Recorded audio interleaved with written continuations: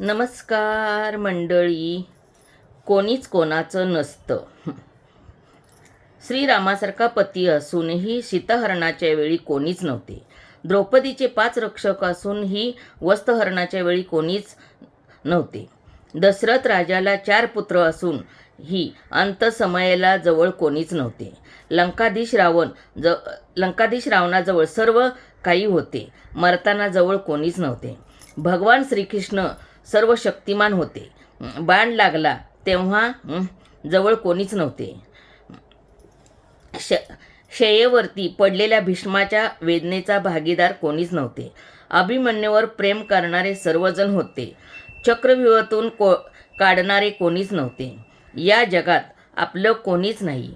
आपले कर्म चांगले ठेवा, त्याचेच फळ आपल्याला चांगले मिळणार आहे. बरोबर ना? तर आवडल्यास लाईक करा, शेअर करा आणि सबस्क्राईब करा.